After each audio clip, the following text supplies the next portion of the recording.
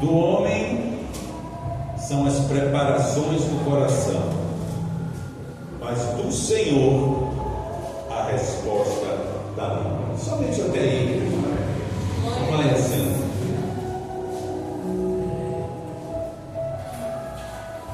Nós ainda estamos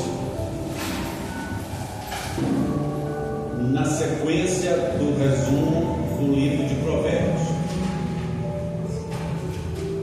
E nós paramos no provérbio 9 ou 10, não me lembro. E hoje nós vamos dar sequência a partir do provérbio 11. E nós vamos fazer um resumo dele. Em paralelo a isso, nós vamos estar trazendo também a série que o Bispo Cláudio está ministrando na CPAV Caminhão de Areia. Nós vamos falar também um pouquinho sobre isso, porque sempre tem a ver aquilo que ele está ministrando lá com aquilo que nós estamos tratando aqui no livro de Provérbios. Nós procuramos sempre encaixar de maneira a dar continuidade na palavra.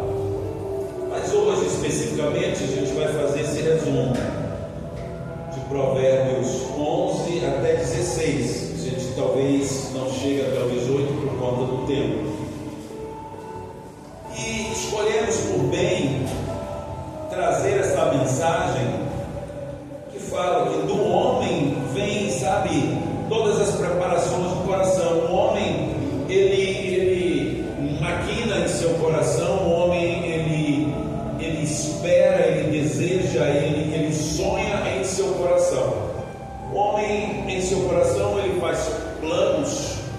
O homem em seu coração, ele organiza aquilo que ele pretende, e que isso não é errado, né? A gente precisa sonhar, a gente precisa projetar, a gente precisa programar, a gente precisa desejar alguma coisa, porque senão a gente vai viver no mesmo, a gente vai viver ali, sabe, vivendo uma vida medíocre, e não é isso que Deus quer.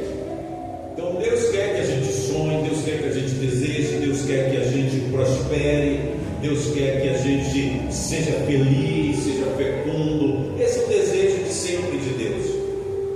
Evidentemente que vocês não me veem aqui falando de teologia de prosperidade, não que eu não ache que a prosperidade seja importante, eu acho que ela é importante e ela tem que nos acompanhar, mas a gente aqui não costuma pregar tão somente sobre prosperidade, a gente prega sobre Deus, e nele está contido paz, amor, prosperidade, longanimidade, uma série de benefícios que está contido na palavra de Deus e nas promessas de Deus.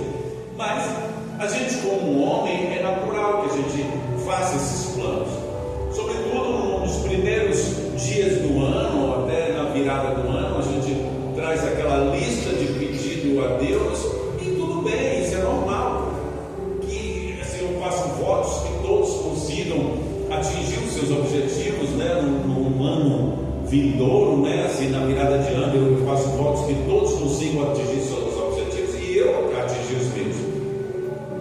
Mas Deus está dizendo o seguinte: olha, tudo bem que vocês façam planos, tudo bem que vocês desejem, mas a palavra é minha. O cumprimento de tudo isso provém de mim. Então é importante dizer para a igreja que, por mais que vocês planejem, por mais que vocês organizem, por mais que vocês desejem, tem que estar alinhado com a vontade de Deus.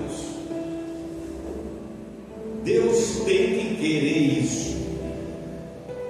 Cabe a nós convencê-lo de alguma forma de que tudo isso que nós estamos planejando, desejando, vai ser bom, vai ser importante e vai ter, sabe, um significado, vai ter um porquê nós queremos tudo isso.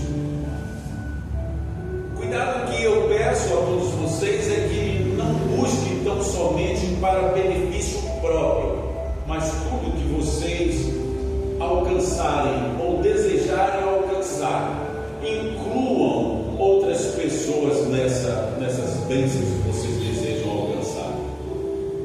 Não sei se hoje pela manhã, ou não sei que dia foi, eu estava vendo um vídeo das crianças em Moçambique.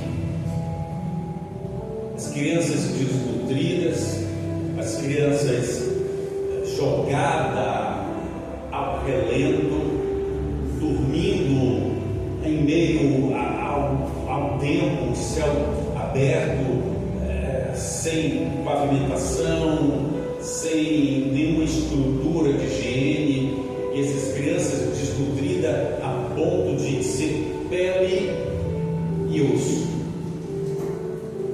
trêmulas pela fraqueza, pela fome, pela desnutrição, pela falta de vitaminas no seu organismo. E aquilo me incomodou muito. Sabe, tem coisas que dói quando a gente olha, não com o olhar de homem, mas quando a gente olha com um olhar talvez que Jesus olharia para aquelas pessoas. Isso corta o coração de qualquer um. E vendo aquilo ali, eu orei, eu pedi a Deus: Deus, se for da tua vontade, me ajuda de alguma forma a ter condições de alcançar algumas crianças, algumas pessoas de Moçambique, para que eu possa levar para elas, sabe, alguma coisa que beneficie, para que eu possa de alguma forma dar dignidade a essas crianças, para que eu possa dar uma sobrevida a essas crianças, porque elas estão morrendo. Sabe, enquanto o resto do mundo está visando o capitalismo, o crescimento, a prosperidade, enquanto o Brasil, como essa nação gigantesca, está preocupada em ajudar quem não precisa de ajuda, por que nós não ajudamos a quem mais precisa? Então a gente observa que muitas pessoas por aí, elas pedem para si, elas querem para si. Quanto mais elas têm, mais elas querem. E elas esquecem que o próprio Jesus disse assim: é muito mais fácil um camelo passar por um buraco de uma agulha do que o rico entrar no reino dos céus. Por quê? Porque muitas vezes o rico só olha para si. Muitas vezes nós só pedimos para nós só olhamos as nossas necessidades. Tem muita gente por aí com necessidades muito maiores do que as nossas. Tem muita gente por aí, como por exemplo essas crianças de Moçambique, que não tem literalmente o que comer, nem o que beber, nem água potável tem. Quando acham, é água de lama, que fazem um filtro ali qualquer e bebem para não morrerem desidratadas. Fazer planos é bom. É bom fazer, mas inclui mais alguém no seu plano. Pede a Deus que te abençoe, que te prospere. Peça a Deus que realize os seus desejos, os seus planos, mas não esqueçam de incluir mais alguém. Sabe, quando você, eu também vi, não sei se nessa sequência, um vídeo onde o rapaz ele não fala, ele escreve, né, dizendo o seguinte: Lázaro não era pregador, Lázaro não tinha oratória, nem dom de convencimento, nem tampouco era um dos discípulos de Jesus, mas Lázaro era amigo de Jesus. E lendo esse texto, aquilo também me tocou, porque sabe, às vezes nós estamos na igreja, mas não somos igreja. Às vezes nós congregamos num lugar tão somente para ouvir uma palavra, alimente a nossa fé, a nossa esperança, para fazer as nossas entregas dos louvores. Mas será que nós somos amigos de Jesus? Porque veja, o que é que Lázaro fez para conseguir tamanha bênção do Senhor? Lázaro não precisou trabalhar na obra,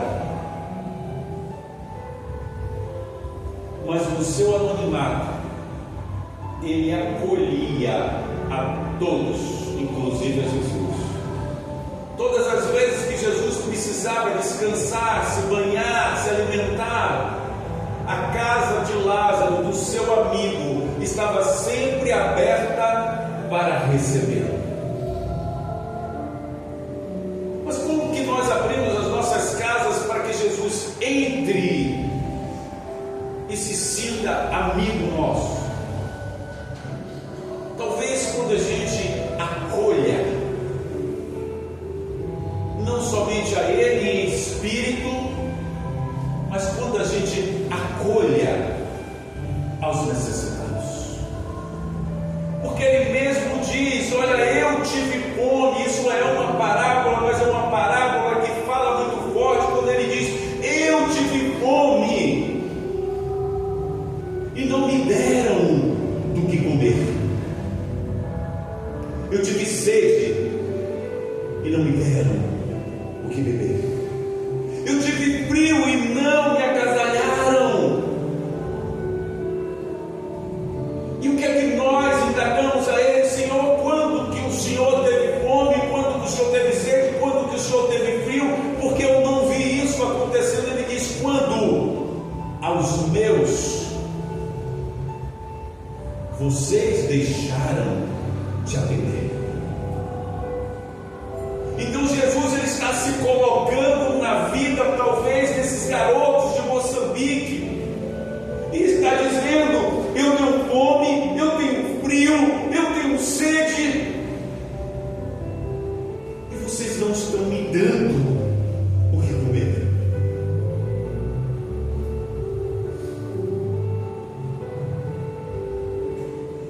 É difícil quando você olha para uma realidade, quando você olha para a sua vida, por mais humilde que sua casa seja, por mais humilde e simples que sua vida esteja, mas você ainda tem o que comer, você ainda tem o que vestir, você ainda tem aonde repousar a sua cabeça. O próprio Jesus, ele diz: o Filho do Homem não tem onde repousar a sua cabeça. Ele dizendo dele mesmo: eu não tenho onde repousar a minha cabeça.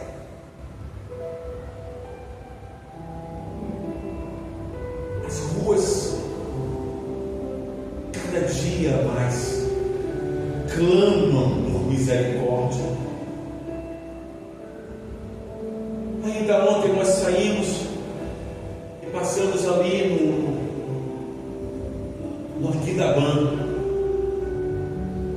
e é um cenário de caos. Tantos moradores de rua, tantos pedintes, tanta gente em situação de miséria. Eu sei que a droga tem devastado muita gente, mas tem muita gente ali que não faz uso de droga, mas que não tem uma oportunidade,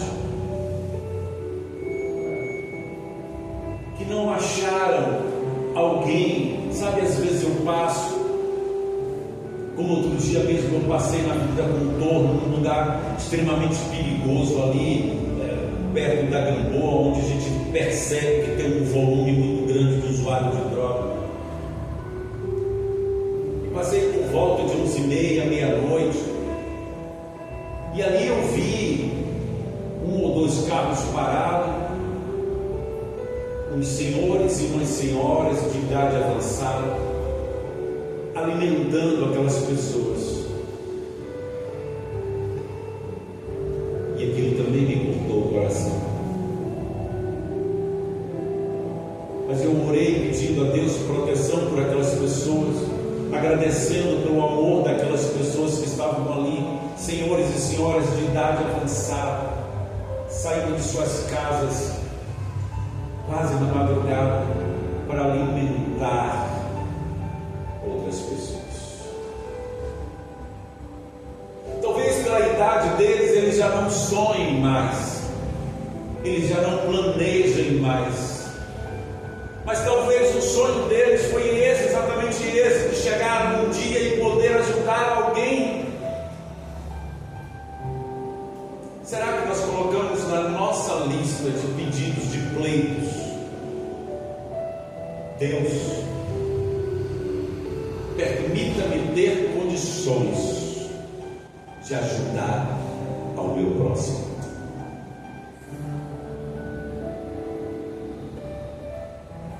Sabe, quando o Espírito Santo me conduz, eu escrevi 2 páginas, mas quando o Espírito Santo me conduz a falar aquilo que Deus quer, não adianta, você pode escrever o que for,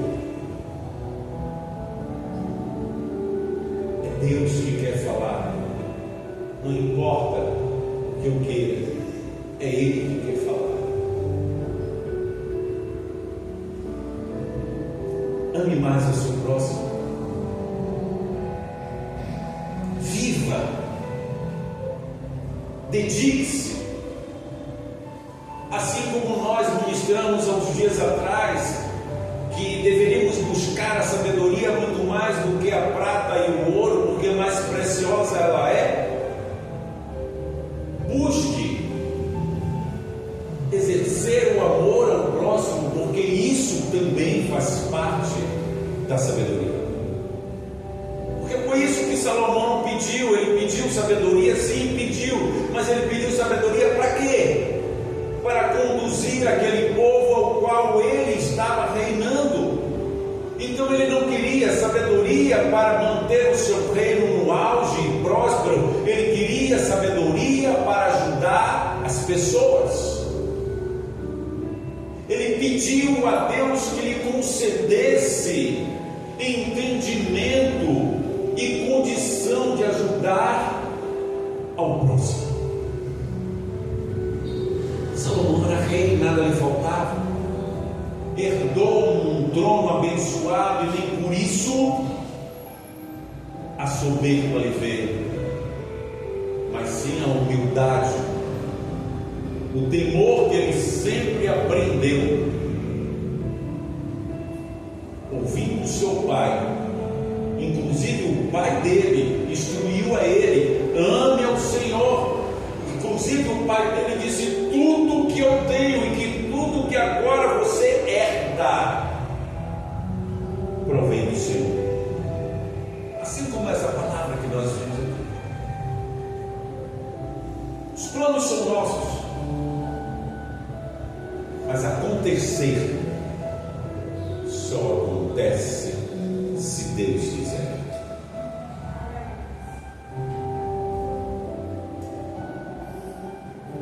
Verso 2: todos os caminhos do homem são puros aos seus olhos, mas o Senhor pesa o espírito. Confia ao Senhor as tuas obras e os teus pensamentos serão estabelecidos. O Senhor fez todas as coisas para atender aos seus próprios desígnios, até o ímpio para o dia do mal. Tudo que aqui há, tudo o Senhor fez para atender os desígnios dele. Então muitas vezes você vê uma pessoa próspera, uma pessoa abençoada. Eu vou fugir um pouquinho aqui e vou entrar um pouco na política. Nós perdemos ontem um grande líder político daqui de Salvador, o deputado Alan Sanches, uma morte súbita. Um médico. Era de se esperar que um médico soubesse cuidar da sua saúde e que cuidasse de fato dela. Mas talvez Alan ele não fizesse isso,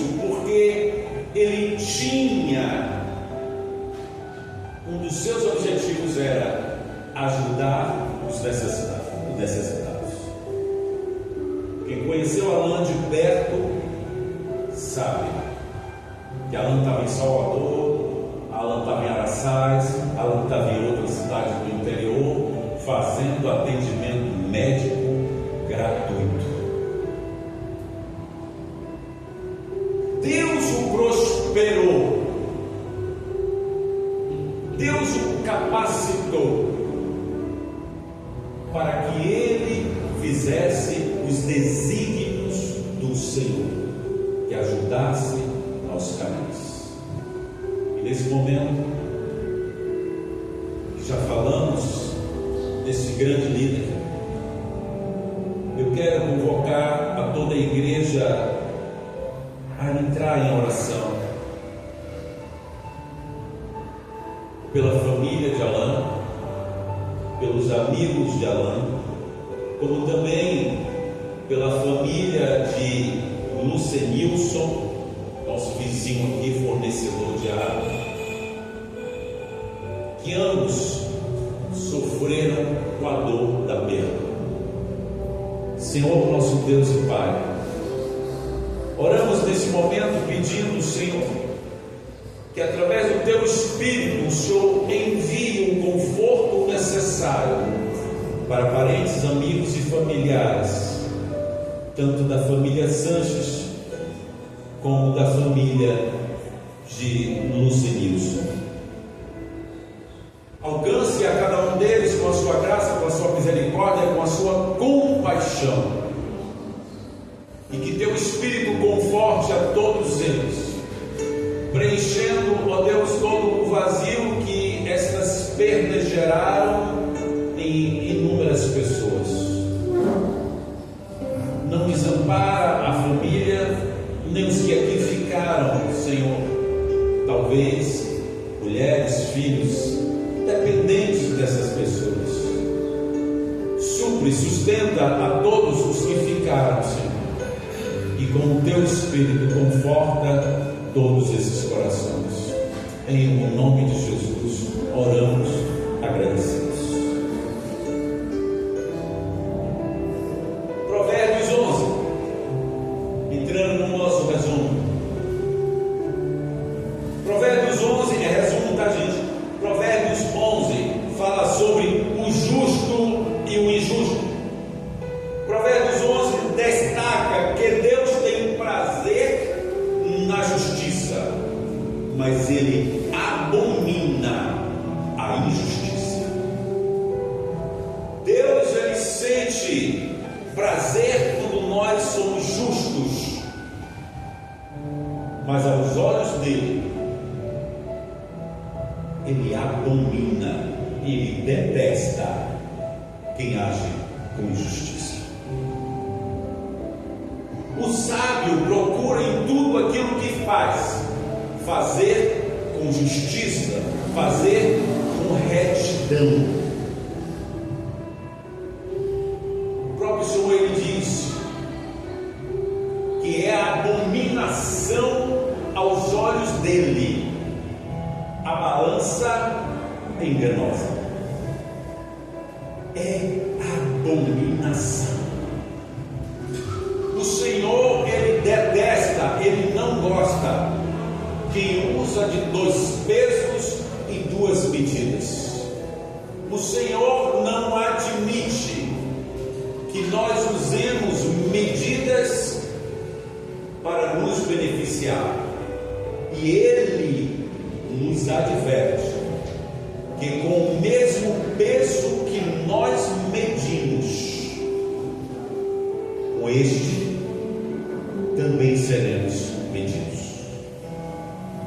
Então, se nós tivermos temor à justiça de Deus, que a nossa balança a partir de então não seja enganosa, para que lá na frente Ele não use do mesmo peso na hora de nos julgar.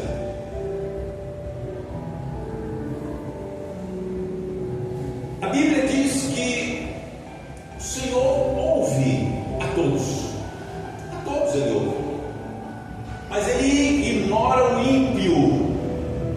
ignora o injusto e ouve e atende ao que anda em retidão. Quanto ao injusto, esperar a sua paga. Mas mesmo assim o amor de Deus é tão grande que mesmo tendo uma paga, mesmo aquela pessoa pagando pelos seus erros, o Senhor lá na frente reconsidera e dá a oportunidade de um injusto se redimir. Mas nós não queremos pagar um alto preço pelos nossos erros. Se nós não queremos, precisamos andar em justiça, em retidão, fazendo a coisa certa, não tirando nada de ninguém.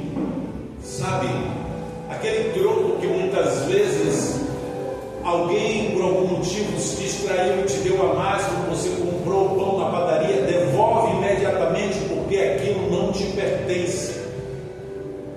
E tomar conhecimento de que você se apropriou de algo que não deveria, você está se tornando uma pessoa injusta, desonesta.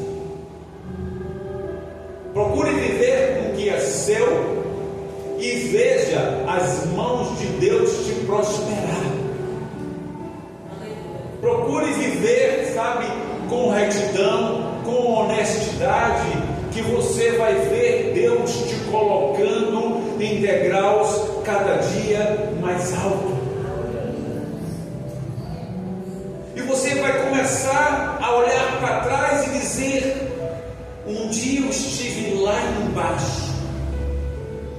E olha o que ser uma pessoa reta, honesta, temente a Deus tem feito na minha vida. Olha aonde eu estou, e não vai parar por aí, porque Deus tem prazer em te colocar em lugares ainda mais altos. É o prazer dele. Deus não quer viver ninguém, Deus não quer ver ninguém vivendo de migalhas. Deus quer nos abençoar, Deus quer nos prosperar. Agora tudo é no tempo dele e da forma dele. O que a gente precisa é só sintonizar a rádio no canal certo. O que é que eu quero dizer com isso? Sintoniza a sua vida da maneira certa, que tudo que você fizer, tudo que você falar, tudo que você pedir, não vai ter ruído, não vai ter interferência, o Senhor vai ouvir. Já experimentou colocar lá numa rádio, no meio da sintonia, o que é que acontece? Chiado. Aí você não consegue ouvir a mensagem corretamente, porque existe um barulho, ou até que você consiga entender a mensagem, mas aquele barulho te incomoda. Então há ruído na comunicação, e Deus está dizendo: eu tenho um manual que é a Bíblia. Abra essa Bíblia e sintonize a sua vida no canal certo. Bota na estação certa. O que colocar na estação certa? É você dizer assim no seu diário, né? Onde é que eu vou sintonizar? Está aqui. Programação de retidão. Hoje eu vou programar a minha vida no canal da retidão, no canal da justiça, no canal do temor a Deus, no canal do amor ao próximo, no canal que Deus vai conseguir me ouvir, que Deus vai conseguir me enxergar, que Deus vai inclinar os seus ouvidos dos céus e vai dizer: está suave essa música, a sua oração está subindo, a sua oração está chegando. E quando a oração chega lá, meu amigo, Deus dá a ordem, diz assim: desce e atende ao meu filho, porque ele está no canal certinho, sem ruído. Desce, vai lá, atende o meu filho. Verso 11 do capítulo 11 de Provérbios: os homens de bem levantam, exaltam uma cidade, enquanto o injusto a derruba. Isso é resumo, tá? Então, às vezes, aquilo que eu falo está resumido do que vocês estão lendo.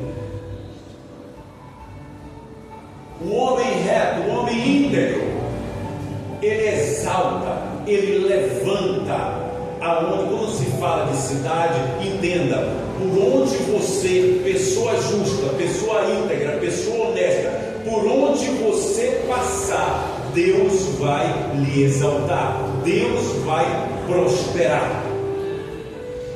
Tem gente, sabe, que trabalha muitas vezes na cozinha de um restaurante. E trabalhando na cozinha do restaurante, ela não consegue perceber que o restaurante está prosperando, que o restaurante está indo bem. Por quê? Porque ali tem um justo. Por onde você passar, Deus vai prosperar aqui. Não foi diferente de José. Por onde José passou com a sua justiça, com a sua retidão, com o seu temor a Deus, Deus abençoou, Deus prosperou. Imagina Deus fazer prosperar o Egito, a casa de Faraó. Não importa, porque a palavra que nós lemos, ele disse o seguinte: que tudo ele fez para cumprimento dos seus desígnios. E ainda que ele tenha que prosperar Faraó para abençoar toda uma outra nação, ele vai abençoar Faraó. Mas para isso, ele vai colocar um de nós lá no meio. Uma pessoa que vai estar lá no Egito, sem entender o porquê está lá, e Deus vai estar cuidando de você mesmo lá, para abençoar a toda uma nação. Daniel estava cativo. Daniel era prisioneiro, era cativo na Babilônia. E ainda assim, a Bíblia diz que nele havia um espírito de excelência. E tudo que Daniel fazia era próspero e abençoado. Ao ponto do rei, depois de ver tudo o que acontecia na vida de Daniel, o rei chama ali a todos os céus e diz assim: bendigam ao Deus de Daniel. Quem estava dizendo isso não era uma pessoa comum, era um rei. Todavia, um idólatra, aquele a quem tinha vários, a quem adorava a vários deuses. Mas ele viu as mãos de Deus em Daniel. Com isso eu estou te dizendo que aonde quer que Deus te coloque ou te colocar, seja íntegro, seja honesto, seja uma pessoa reta, seja uma pessoa temente a Deus. Tem gente que vende até sua alma por um emprego. Tem gente que se corrompe.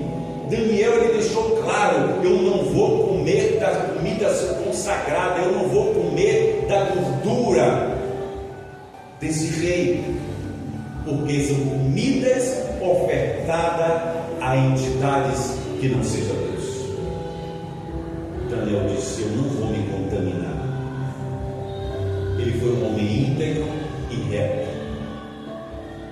E já saindo de Daniel e voltando para o texto, Daniel, ele chegava todos os dias na janela de sua residência, e ele tinha todos os dias ali uma comunicação com Deus. E isso certamente estava lhe trazendo algo de importante, porque ele fazia isso todos os dias. Ninguém faz uma coisa repetidamente se não estiver dando resultado. E ele fazia isso porque ele estava vendo cativo, escravo, mas colocado como uma pessoa de destaque. Cativo, escravo, mas alguém protegido pelo rei, que por sua vez era inimigo, mas protegido. Lançado numa cova, mas protegido contra os leões. Então fica tranquilo. Se você é uma pessoa honesta, íntegra, reta, se você age com justiça, se a sua balança não é enganosa, aonde quer que você esteja, Deus está com você. Não foi diferente de Sadraque, Mesaque e Abednego, que lançados numa fornalha, o anjo do Senhor estava lá com eles. Quantas vezes vocês vão precisar ouvir de que não importa por onde você caminhe, Deus está com você. O Salmo diz ainda que eu andasse pelo vale da sombra da morte, eu nada vou temer, porque o Senhor está comigo. Sabe, gente, eu já ministrei isso, que é um vale de sombra da morte, literal, é você caminhar por um vale, onde de um lado tem monte, do outro tem monte, que ao seu redor está cheio de saqueadores, está cheio de feras, de animais ferozes. Mas qual é o recado que Deus está dando para a gente? Ainda que você ande, que você caminhe por um vale desse, onde representa sombra de morte, com inimigos, com saqueadores, com feras, eu sou com você. Não temam, porque aquele que guarda você, ele não dorme, não pisca, não cochila. Você, no seu cansaço, é natural que você dê aquela pestelejada, que você dê aquela cochilada, mas aquele que te guarda, ele não cochila. Mesmo que você literalmente esteja dormindo, ele ali está ao seu lado, te guardando, te protegendo. Você tem anjos, e não são aqueles de asa, mas são anjos enviados pelo Senhor, que estão ao seu redor, te blindando, te protegendo, te guardando de todos os males. Ainda que você não veja, porque no ambiente espiritual, muitas vezes a gente não consegue ver, talvez até perceber uma atmosfera diferente, mas ali o Senhor está contigo e os anjos estão guerreando em seu favor, porque precioso é você aos olhos de Deus. Deus não enviaria o seu filho para morrer porque não tivesse valor. Eu sei que quando isso aconteceu, a maioria era pecador, como hoje. Eu não vou pedir para levantar a mão, porque senão todos vão levantar, inclusive eu, quem não erra, quem não peca, quem não falha. Não foi diferente lá no passado, mas quando Deus resolve pegar o seu único filho e enviar para a terra e permitir que os homens o matassem, para que ele pudesse nos dar liberdade e vida, foi porque ele viu algo importante em mim e em você. Talvez o seu vizinho não veja, talvez o seu chefe não veja, mas Deus vê algo especial em você. Talvez você se sinta, sabe, o mais dos miseráveis da espécie humana, mas Ele está dizendo: filho, eu paguei um alto preço por você, e eu não te vejo como os homens te veem. Talvez você ainda não tenha olhado para dentro de si e enxergado o potencial que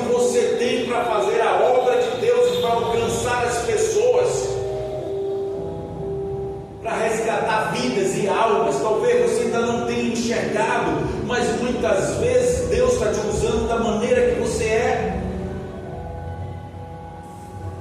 Agora começa a olhar o espelho.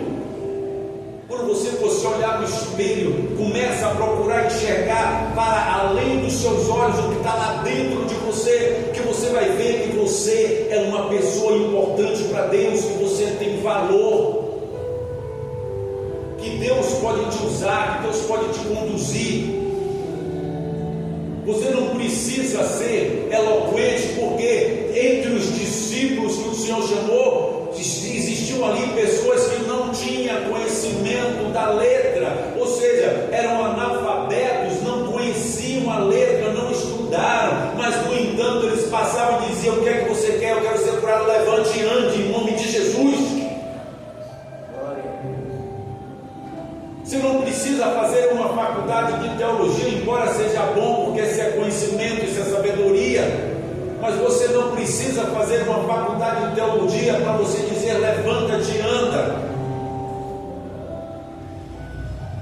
Você não precisa de um treinamento, passar anos numa faculdade, num seminário, para você ministrar o Evangelho, porque o Evangelho é coisa simples de se ministrar.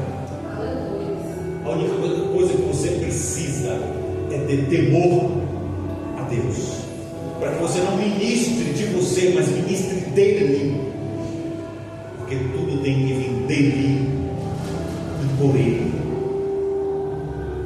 Esse é o Evangelho.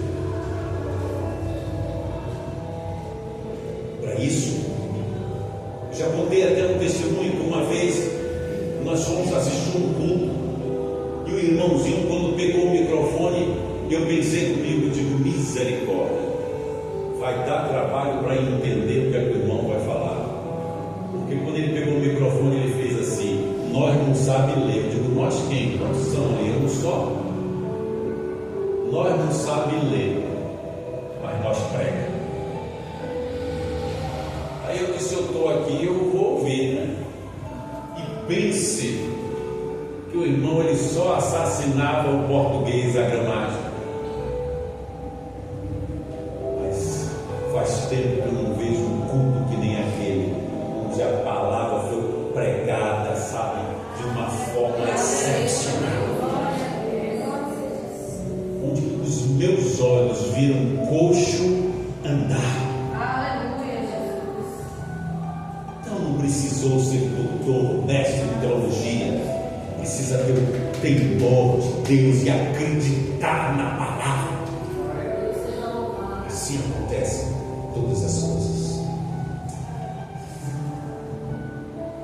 A síntese do capítulo de Provérbios 11: com o que você pesar na sua balança, com o mesmo peso você será pesado. Provérbios 12 fala sobre aceitar a correção, permitir-se ser corrigido, para que você possa adquirir conhecimento. O ímpio não permanecerá firme. Gente, isso é forte. O ímpio não permanecerá. Às vezes a gente olha assim: até quando, meu Senhor? Esse homem ímpio, essa pessoa que me persegue, até quando isso vai acontecer? E ele está dizendo na sua palavra: o ímpio não permanecerá firme. Todavia, o justo tem a sua vida como raízes de árvore, que não se permitem ser arrancadas. É o que ele está dizendo. Aquele que vive em justiça tem a sua vida como raízes de árvore. Uma vez eu tive que sacrificar uma palmeira, essas palmeiras imperiais. E pense num trabalho. Cortei, cheguei no topo. E aí, por mais que eu tentasse arrancar suas raízes, não saía.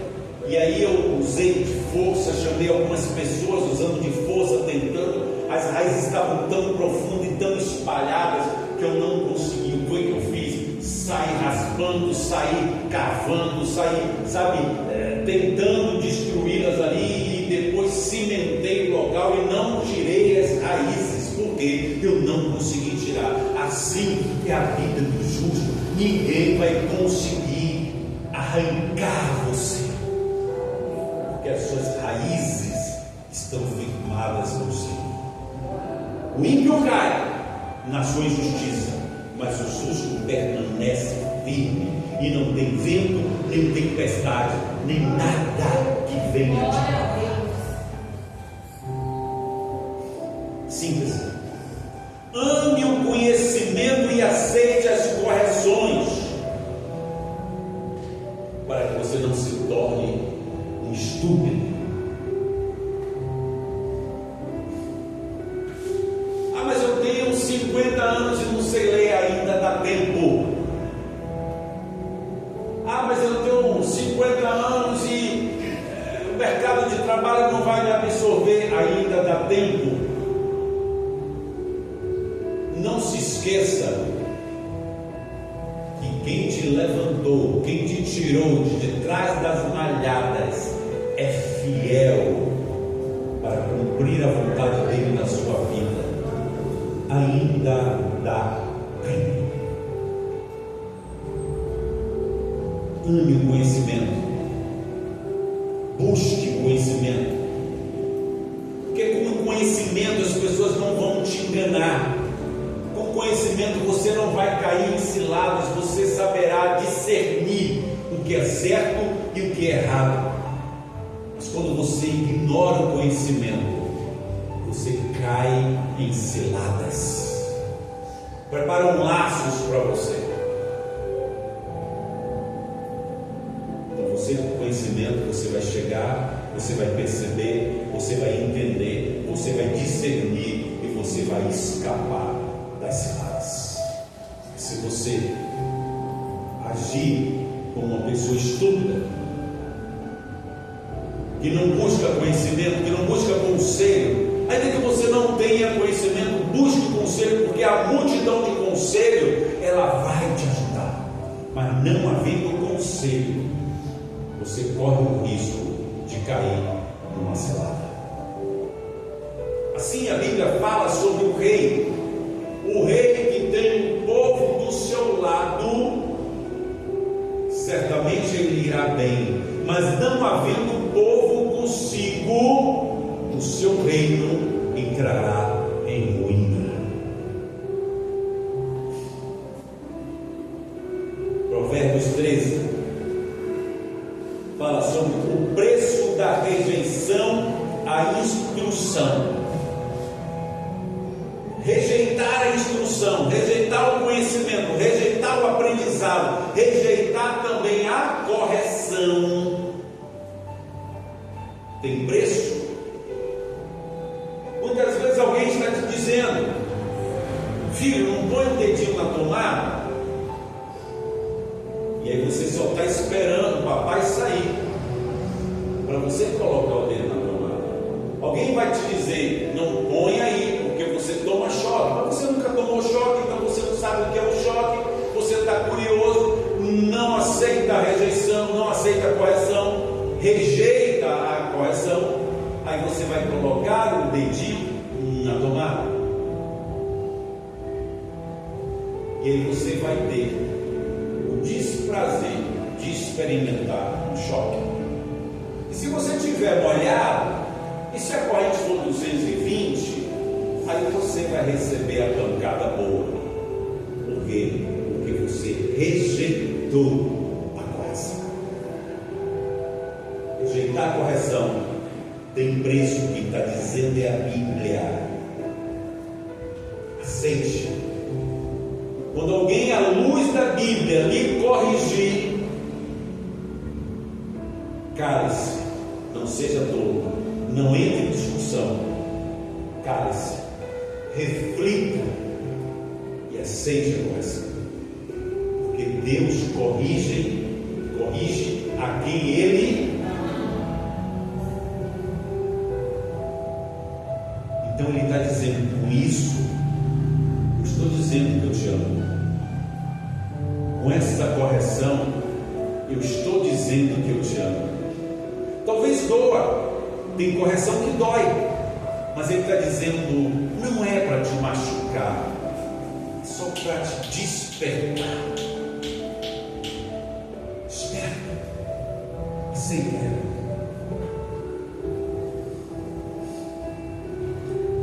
Provérbios tão 13, né? 13, que despreza a palavra, perecerá, mas o que teme os mandamentos será galardoado.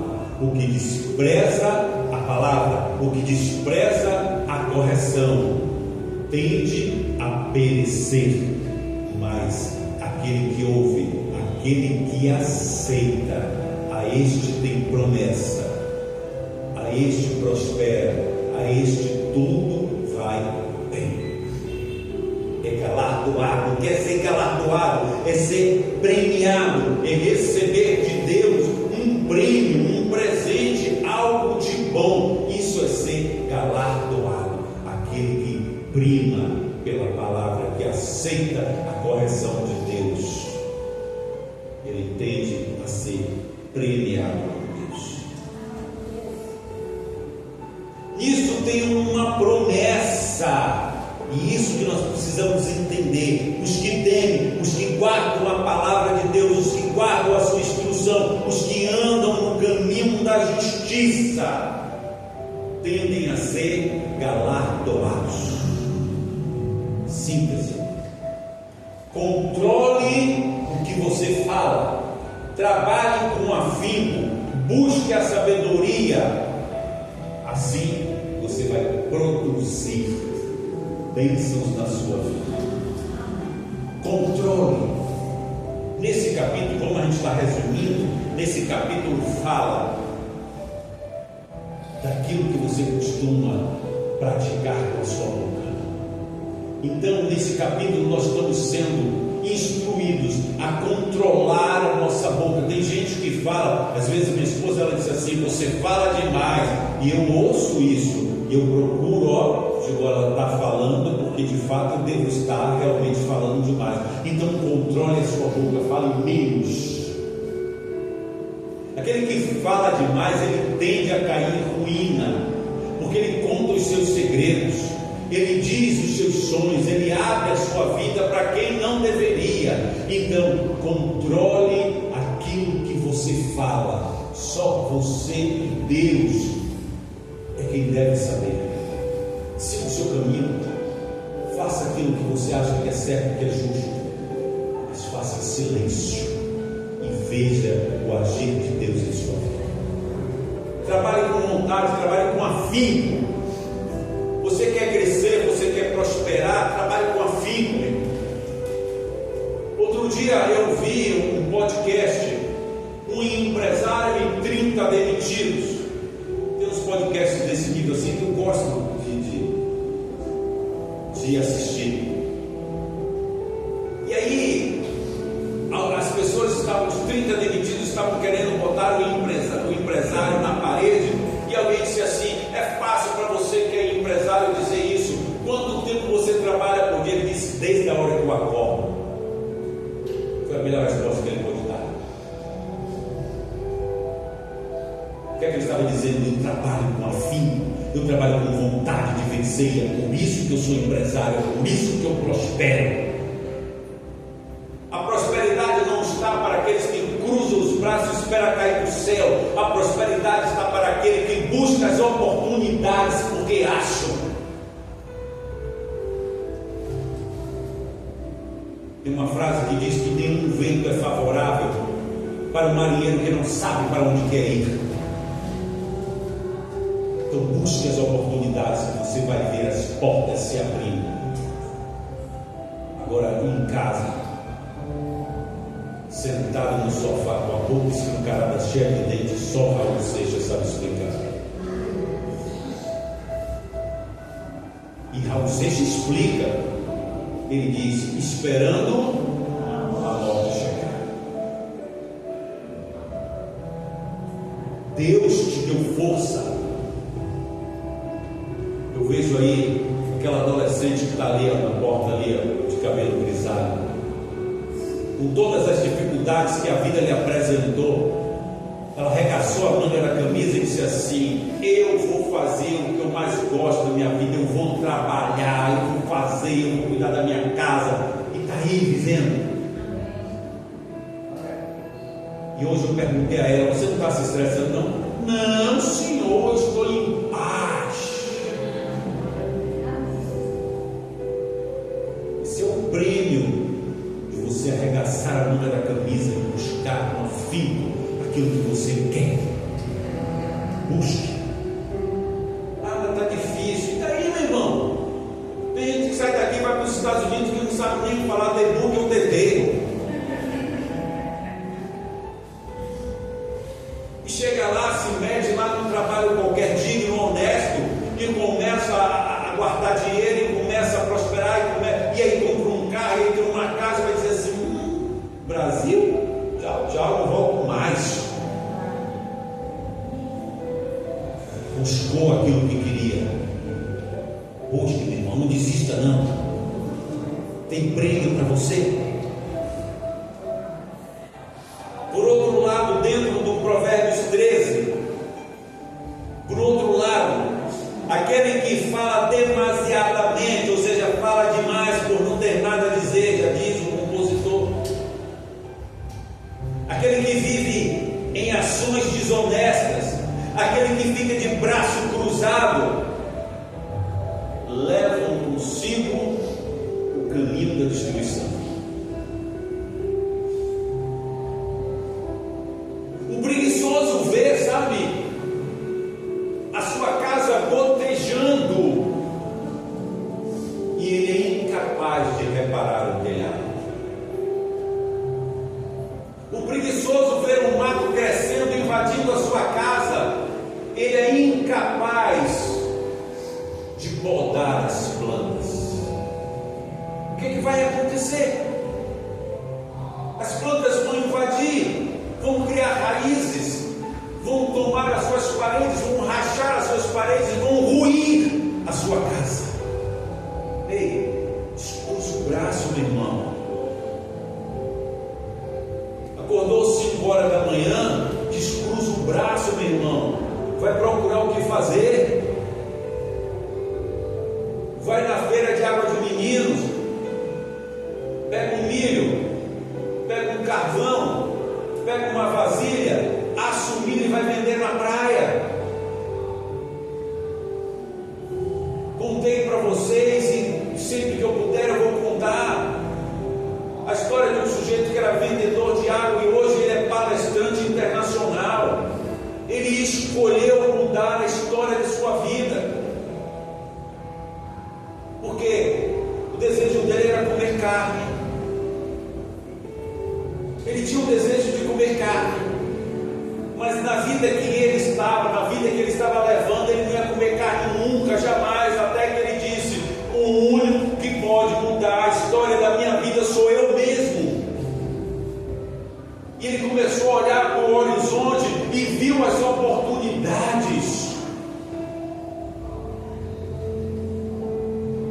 E em meio à busca dele, nesse horizonte de oportunidades, Deus coloca um dos homens mais ricos do Brasil para comprar uma água mineral na mão dele. Se eu não estiver enganado, o dono da Wilsar, dono do jogo de time de futebol americano, um homem que junta bilhões em sua conta bancária, ele vai ao encontro desse vendedor de água na praia, e o vendedor chega para ele e diz assim: eu não estou te vendendo água, eu estou te vendendo saúde, estou te vendendo hidratação. Recentemente eu vi um vendedor convencendo alguém para comprar uns camarões na praia. O sujeito disse assim: eu não gosto de camarão. Ele fez: mas esse é vegano.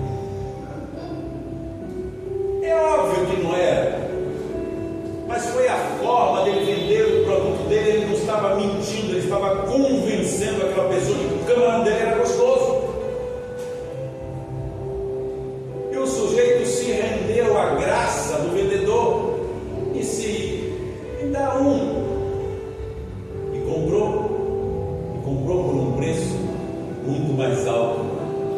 valia. Por quê? Porque o vendedor vendeu para ele não um camarão, mas uma degustação de sabores. Talvez tem gente que está não tendo água mineral. Eu vou até aproveitar. É água, mas nesse momento ela vai hidratar, vai tirar o ressecamento da minha garganta. É água, mas eu precisava beber agora. Muitas vezes o que falta em mim e você é enxergar as oportunidades. Está cheio, enxerga elas, que você vai ver Deus dizer para você: achou o caminho, filho, agora segue que eu vou te prosperar. Provérbios 14, o foco principal está novamente na sabedoria, na busca da sabedoria. Com ela edificamos a nossa casa e criamos estruturas fortes para não se abalar. Entenda a casa como sua vida também. A gente está falando aqui, sabe, das duas formas, da literal e da espiritual. Aquele que busca sabedoria, ele está buscando sabedoria para tudo na sua vida, sobretudo para que você viva bem. Aquele que busca sabedoria não anda comendo gordura todos os dias, porque ele sabe que faz mal à sua saúde. Aquele que busca sabedoria procura fazer uma atividade física que é bom para a sua saúde. Aquele que busca sabedoria não anda fazendo coisas erradas porque sabe que pode pagar um alto preço. Aquele que busca sabedoria dificilmente vai errar na hora de tomar uma decisão. Busque a sabedoria. Busque a sabedoria. E volto a dizer, a Bíblia diz, o provérbio diz: busque a sabedoria com a mesma força, com o mesmo entusiasmo que você busca o ouro e a prata. Porque talvez você, com o ouro na mão e com a prata na mão, você não saiba ganhar dinheiro. Aí eu vou guardar. Observe a parábola dos talentos. O Senhor deu X talentos para um, X talentos para outro, X para outro, X para outro. A maior parte deles pegou os talentos e fez render. E quando o Senhor chegou e disse: presta-me conta, aí ele disse: o Senhor me deu X talento, e agora eu estou te devolvendo X mais Y, porque eu investi e prosperei. Mas quando o Senhor ele chega naquele negligente, naquela pessoa que não buscou sabedoria, e disse assim: presta-me conta, ele disse: o Senhor me deu X talento, e eu, temendo não administrar, temendo o Senhor, eu os guardei. Está aqui os mesmos talentos que o Senhor me deu. Do que valeram aqueles talentos se ele não fez prosperar, se ele não fez uso daquilo? E qual foi a resposta do Senhor? Devolve-me, dai-me os meus talentos, porque até o que você não tem ou tem, eu vou tirar. Faltou sabedoria naquele homem. Se ele tivesse sabedoria, ele ia fazer isso, ele ia prosperar os talentos. Quando o Senhor voltasse, ele ia dizer: aqui, ó, estão aqui os seus talentos, estão aqui, ó, a rentabilidade dos seus talentos. Qualquer pessoa justa ia dizer assim: muito bom, como você fez prosperar os meus talentos, eu vou te abençoar. Por isso que ele diz: e aquele que tem, lhe será dado ainda mais.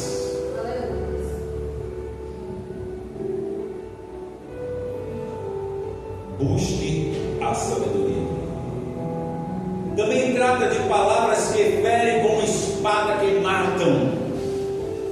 Provérbios, capítulo 14. Ele trata de palavras que muitas vezes nós proferimos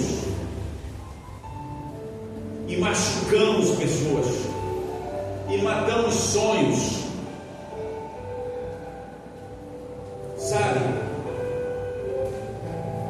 se Van Gogh,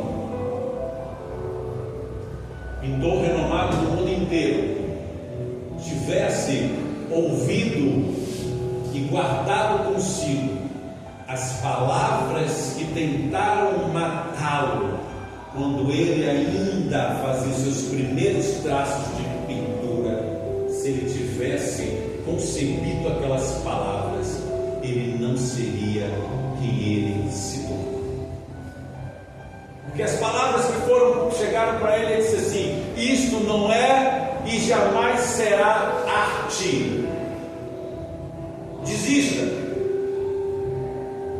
Você nunca será um bom pintor.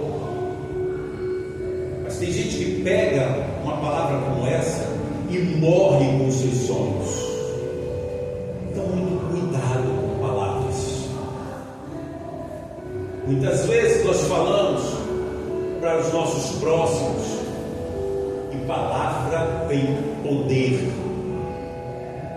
Você não vai ser nada, você não vai conseguir, você não vai, enfim, matamos sonhos. Não estamos aqui para matar sonhos, e sim para regar sonhos. Por mais que aos seus olhos seja difícil de você aceitar, incentive. Vai lá, se esse é o seu sonho. Eu me lembro que alguns anos atrás, quando um irmão disse aqui para mim: eu vou empreender. Eu disse: vá, meu irmão, empreenda, pé no chão, mas empreenda. Se esse é o seu sonho, se você se acha capaz, se você tem potencial para isso, empreenda. Sempre com os pés no chão. Não sou eu que vou dizer para essa pessoa: não empreenda, não vá, existe um risco, as pessoas quebram. Não sou eu que vou sepultar o sonho de ninguém. Eu vou incentivar, porque lá na frente eu posso ouvir essa pessoa dizendo assim: olha, eu consegui, eu prosperei, Deus me tem abençoado. Eu vou me sentir feliz com isso.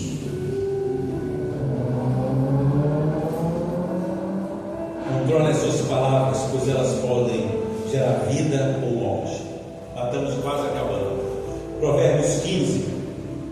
Use a dose correta para todas as coisas na sua vida. É resumo, tá, gente? Vocês não acharam que está escrito dessa forma. Quando respondemos na mesma intensidade a uma ofensa, a tendência é o quê? É agravar, gerar uma discussão. Se eu ouço muito da minha filha e da minha esposa: Marcelo, calma aí, porque a tendência do homem é responder na altura. É claro que às vezes a gente precisa subir o tom, mas o que a Bíblia está dizendo: use a dose correta. Palavras brandas geram situações brandas. Palavras ásperas levam a conflitos. Então Deus está dizendo: tudo tem uma dose certa.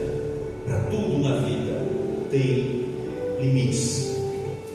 Então o que é que a gente deve fazer? Se limitar em tudo. Agora, nesse contexto, o que é que nós aprendemos? Usar a dose correta, mas a gente precisa usar. Nem sim, nem não. Tem dose correta. Para que a gente possa responder, e antes de responder, a gente possa refletir. O tolo, ou ele responde sem refletir, sem pensar nas consequências.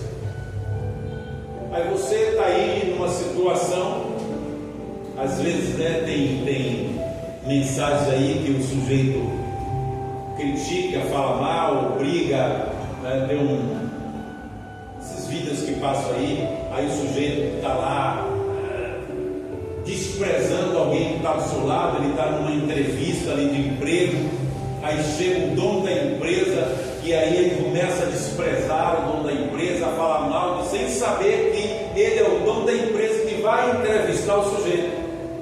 E quando chega na hora da entrevista, é que o sujeito que usou de altivez, olha isso, não usei a dosagem correta, falei demais, me comprometi. Então, muito cuidado. Você não sabe em que terreno muitas vezes você está pisando. Então, muito cuidado. Sobretudo, o ditado popular diz que paredes têm ouvidos. Vamos buscar falar pouco, falar coisas boas, porque se ela tem ouvido, ela vai ouvir coisas boas e não coisas más vindo da nossa parte. Síntese: reflita antes de agir e tenha um coração generoso e sincero. Refletir antes de agir, ter um coração generoso. Quantos de nós precisa ter um coração generoso? Ainda ontem a gente passou por um rapaz que estava sentado na porta de uma padaria pedindo comida, e aí a pastora estava dizendo assim: se eu sentir no meu coração de dar, eu dou mesmo. Porque teve uma situação que ela estava com nossa filha, e aí ela pegou um dinheiro para dar a alguém, alguma coisa nesse sentido, comprar alguma comida para dar a alguém, e a filha chamou você de quê? Irmã Dulce. Olha, irmã Dulce é generosa, mas isso é o coração nosso tem que ser assim. Se não te fizer falta, seja generoso. Seja generoso. É isso que Deus está dizendo. Coração generoso e sincero, honesto. Por fim, não, eu vou trazer só aqui uma leitura rápida daqui a pouquinho. Provérbios 16. A gente não vai chegar até o 18, né? Porque hoje é dia 18, era para estar trazendo 17 e 18, mas o horário não vai dar. Então, Provérbios 16 fala que, por mais que o homem faça planos, tudo vem da parte de Deus e ponto final. Tudo vem dele. Você pode fazer, observe que a gente começou lá falando que nossos corações planejam, que nós fazemos plano, e nós estamos encerrando também desta forma. Tudo vem dele, tudo é da vontade dele, tudo. Então, tudo que você fizer, acredite que tem que passar pelo crivo, pela vontade de Deus. Tudo. Se você fizer assim, as coisas tendem a ir bem. Mas também fala o provérbio 16 da altivez. Ele está dizendo, ele começa dizendo: olha, tudo vem de mim, tudo provém de mim. Mas ele também está dizendo aqui: olha, muito cuidado, eu estou dizendo que tudo provém de mim para que você não use de altivez. O que é ser altivez? É alguém que acha que é autossuficiente, é alguém que acha que ele é o mais importante, é alguém que acha que não precisa de ninguém. Isso é usar de altivez. Não preciso de ninguém. Tem até uma música aí, né? Hoje eu estou meio que cantarolando. Eu não preciso de ninguém para fazer coisa errada por mim, né? Mas é outro nome que ele usa. Pessoa que usa de altivez é assim: eu sou o melhor, na minha firma eu sou o melhor. Calma aí, calma aí. Ninguém é tão bom o suficiente que não precisa dos outros. Um sinal, só para trazer vocês a lembrança. Existiu no passado um grupo chamado Paz Mendonça. Começou com um negocinho pequeno, prosperou, chegou a muitas lojas, não somente na Bahia, mas em outros estados. Quando o velho faleceu, seus filhos, seus herdeiros, acharam que poderiam tomar conta do negócio. E onde é que está esse negócio? Todos nós fomos, exceto os mais novos, clientes da Nestlé. Onde é que está ela? Tudo muda, é música também, tudo muda o tempo todo. Nada mais é eterno. Nada mais é. Então não seja uma pessoa altiva, não seja uma pessoa autossuficiente, não seja essa pessoa que se isola, que acha que não precisa de nada nem de ninguém, porque amanhã você pode precisar de alguém. Ah, mas eu tenho dinheiro, eu posso, eu ligo, vem aí agora um fast food para mim, eu ligo e manda uma ambulância me atender. Mas se você não conseguir pegar o telefone, alguém vai ter que ligar para você. E Deus chama atenção para essas pessoas.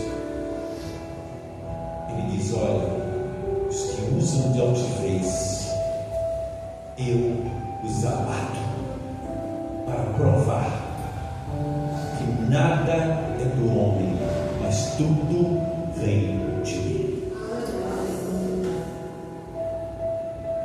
E aqui, fazendo um paralelo com aquilo que foi ministrado na manhã de hoje na CPAV, Caminho de Areia,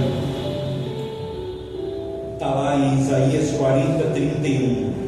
Mas os que esperam no Senhor renovarão as suas forças, subirão com asas como águia, correrão e não cansarão, caminharão e não se fatigarão. Os que esperam no Senhor esperam com confiança, têm a sua fé fundamentada na confiança em Deus. O que é fundamentada? O que é um fundamento? Quando você constrói uma casa, você cria uma estrutura, você cava, você faz ali um fundamento para colocar uma base e construir a sua casa. Então aqueles que confiam no Senhor têm a sua fé fundamentada, aprofundada, fixada no Senhor. No Senhor. E digo mais: aqui tem uma rua chamada Batistaca, não tem? Ficou famosa essa rua, né? Por que ela ficou famosa? Porque ali no passado realmente colocaram algumas estacas de madeira, estacas de ferro, não me lembro, também não sei, talvez aí crise.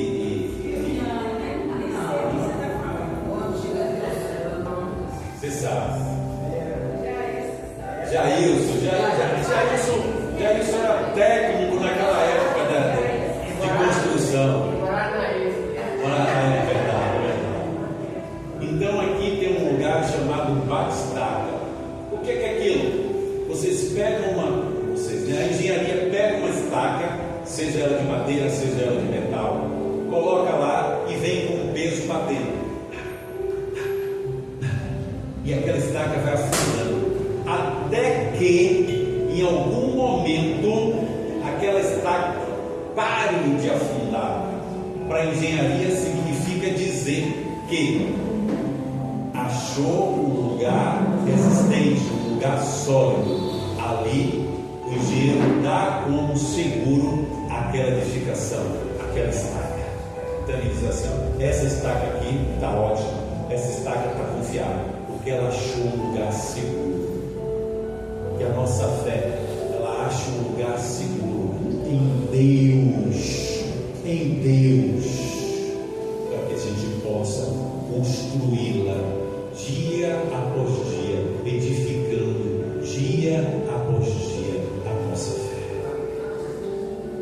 Já estou encerrando, tá, gente? Renovarão as suas forças. Isso fala sobre sustento. Deus está falando sobre sustento, restauração interior, mesmo no processo. Ele está dizendo: você está cansado, você talvez até já tenha dito 2 ou mais vezes: eu não aguento mais, para mim já deu. Ele está dizendo: eu vou lhe sustentar, eu vou renovar as suas forças. Aleluia! Ele que renova.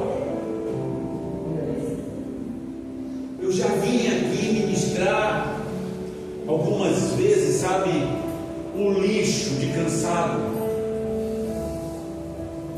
ao ponto de que no louvor dá vontade de eu sentar, mas às vezes eu não sento para a igreja não ficar ali desmotivada. Dizer: o pastor está desmotivado, está sentando, mas sabe, e também se sentar e cochilar de cansado. Mas quando eu chego aqui para ministrar, o Senhor renova as minhas forças.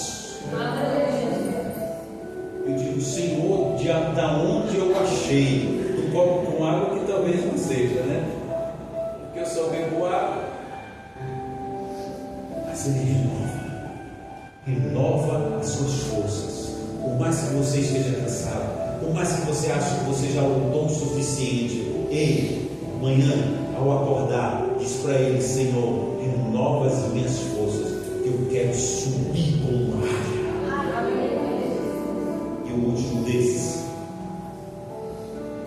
Ele diz assim: não se cansarão. Não se cansarão. Mas você acabou de dizer que estava cansado. Mas Ele vai renovar. Aleluia. E você vai acordar renovado. A esperança tem essa propriedade, ela nos renova. Porque aquele que deixa morrer a esperança, deixa eu só dizer uma coisa: quem é a esperança é Jesus. Jesus não está morto, Ele ressuscitou. Então tenha esperança da mesma forma que você acredita que Jesus ressuscitou. Se Jesus ressuscitou e Ele é sua esperança, a sua esperança tem que estar viva. Viva! Não desista. Acredite. O dia de amanhã pertence a Ele. Se pertence a Ele, eu vou pedir hoje a Ele que me conceda o dia de amanhã ainda melhor do que o de hoje. Porque é dele. E vai que Ele me ouve. Quando eu acordar amanhã, já vai estar tudo pronto. Assim como foi no cenário da Santa Ceia. Ele mandou os seus discípulos irem: vai lá, procure um homem assim, assim, assim, pergunte a ele onde é que vai ser a ceia. E os seus discípulos saem e acham um homem conforme ele disse que estaria. E aí pergunta: onde é que vai ser a ceia? Esse homem vai dizer assim: me segue, vem cá comigo. Quando eles chegaram lá, o que é que a Bíblia diz? Já estava tudo pronto. Pede a Ele, sempre no dia anterior, Ele deixa tudo pronto para o dia seguinte. Quando você acordar, é só administrar. Amém? Glória a Deus. Antes de encerrarmos, hoje eu me lembrei, hoje eu virei crente. Nós vamos ler Provérbios 11, 24. E aí encerra mesmo, tá? Com os dízimos e ofertas. Provérbios 11, 24. Ao que distribui mais, lhe acrescenta, E aquele que retém mais do que é justo é para a sua perda. A alma generosa prosperará, e aquele que atende também será atendido. Eu não preciso dizer muito, né? Ele está dizendo: aquele que retém, vê os outros prosperando, porque muitas vezes você retém, e Deus está dizendo: a alma generosa, a pessoa generosa vai prosperar. Você não vai ficar agora olhando a prosperidade dos outros, você vai olhar para a sua própria prosperidade, porque você não é uma pessoa mesquinha, nem avarenta, nem amante do dinheiro. Você vai demonstrar que você confia no Senhor. Então, se você veio preparado,